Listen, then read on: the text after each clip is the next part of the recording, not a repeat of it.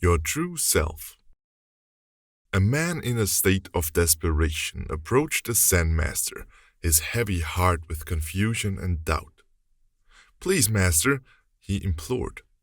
"I feel lost, as if I'm wandering in the dark. I don't know who I am. Please show me my true self." The teacher gazed at him, but made no response. The man continued to plead and beg, but the master remained silent, lost in contemplation. The man's frustration grew with each passing moment, and he began to turn away in defeat. But then, at the precise moment when he least expected it, the master called out to him by name. "Yes," the man explained as he spun around in surprise. "There it is," the master said calmly.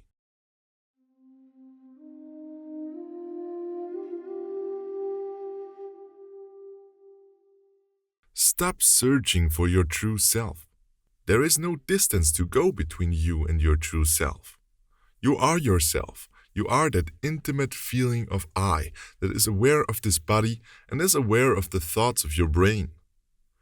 Experiencing this can be challenging at first because our minds are not used to something so obvious and simple. Just ask yourself, who is aware of all this experience?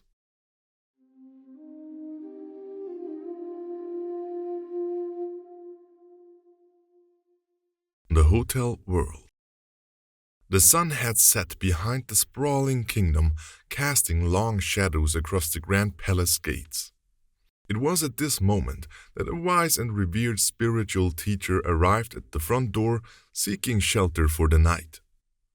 The guards stationed at the entrance took one look at the distinguished visitor and knew he was not to be denied entry.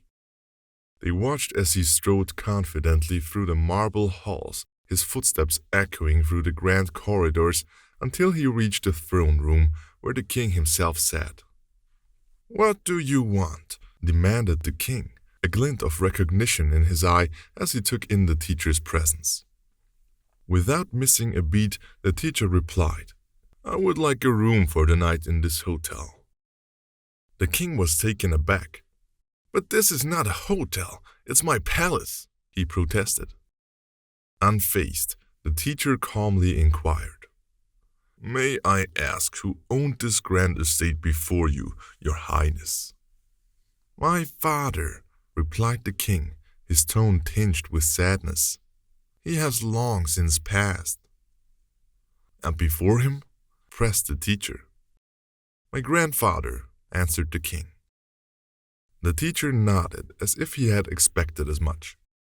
"So this is a place where people come and go, staying for only a short amount of time. Did I hear you say this is not a hotel?"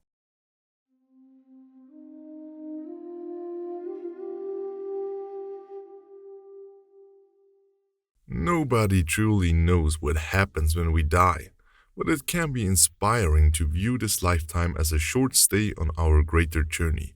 And who knows, maybe it is.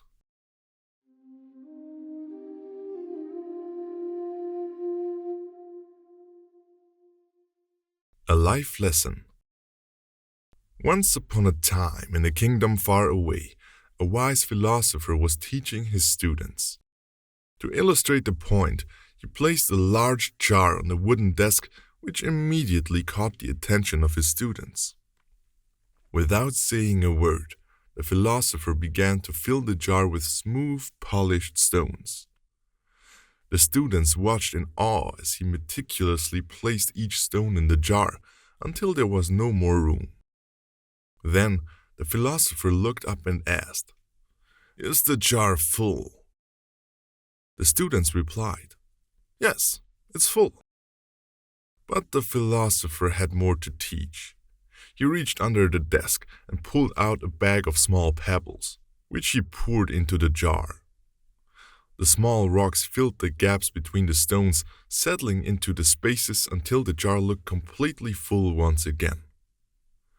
"Is the jar full now?" asked the philosopher. The students were hesitant to answer, sensing that there was more to come. They replied, "Maybe not." The philosopher smiled and brought out a small bag of sand. He carefully poured the sand into the jar, filling the tiny spaces that the stones and pebbles had left behind. "Now, is the jar full?" he asked once more. The students looked closely and replied, "As we know you, it probably isn't." The philosopher picked up a jug of water and poured it into the jar, filling it to the very top. He looked at his students and asked, "What is the teaching of this?" One student spoke up, "That we can always add more to our schedule, no matter how busy we are." The philosopher shook his head and said, "The true lesson is that if we want to fit the big stones in, we must put them first. They must be our priority."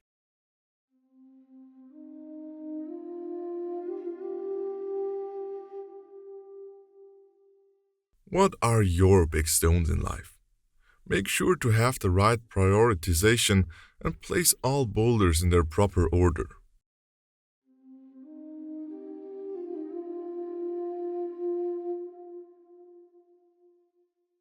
Fear of death. In feudal Japan, during the brutal civil wars, an invading army would descend upon towns, leaving destruction and chaos in their wake. However, in one small village, the streets were empty and silent, for everyone had just fled before the army arrived, that is, except for the Zen master. As the army's general marched into the village, he was surprised to find the old master sitting peacefully in his temple.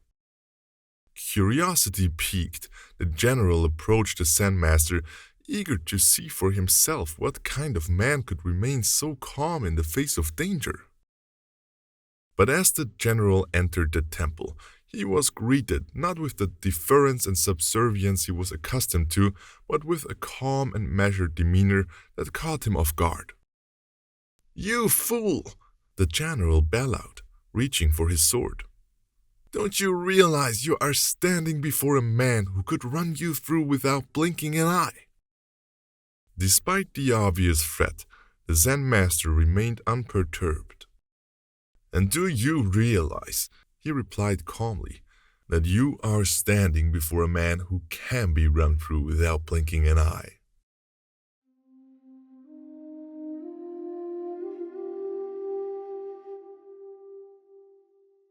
Those who have achieved true mastery of Zen possess a profound understanding that transcends the limits of physical existence. By achieving a state of detachment from the body and mind and realizing that they are pure consciousness, they come to a permanent realization that nothing can ever harm their true essence, even in the face of physical death.